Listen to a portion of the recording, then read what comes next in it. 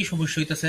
আজকে দীর্ঘ 20-25 বছর দিয়ে বৃষ্টির সিজন আইলে বলি আমার সরার জলটা সে ঘরে ঢুকে এবং পাশাপাশি আমি পাড়ার বেশ কিছু জনকে জানাইছি, তারা ওইটা কোনো সুরাহ করেন।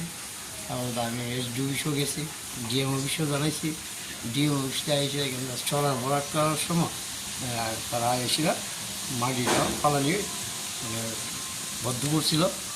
তখন বৃষ্টি আসলে পর পুরা জলটা আমার বাড়িতে আমার এবং পাশের বাড়ির বাড়িতে দেওয়ার পর মানে থাকতে খুব অসুবিধা।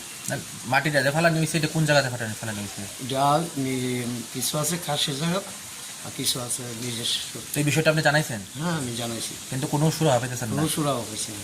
এখন এটার লিগে আপনি সহ আর কয়টা ফ্যামিলি এফেক্টেড হইতেছে? তো আমরা এই একটা দুইটা তিনটা বাড়ির প্রত্যেক বর্ষার সময় কি এরকম হইতেছে? প্রত্যেক বছর কত বছর যাবত কইছেন? 20 থেকে 25 বছর। আপনার নামটা কি? শ্রী গোপালচন্দ্রপুর। কোন জায়গা এটা? এটা বিবিসি পাড়া টাউনগঞ্জ, টাউনগঞ্জ কি বিবিসি পাড়া। কত নাম্বার ওয়ার্ড এটা পুরো পরিষদে? এটি হলো 11 নম্বর। 11 নম্বর। ঠিক আছে।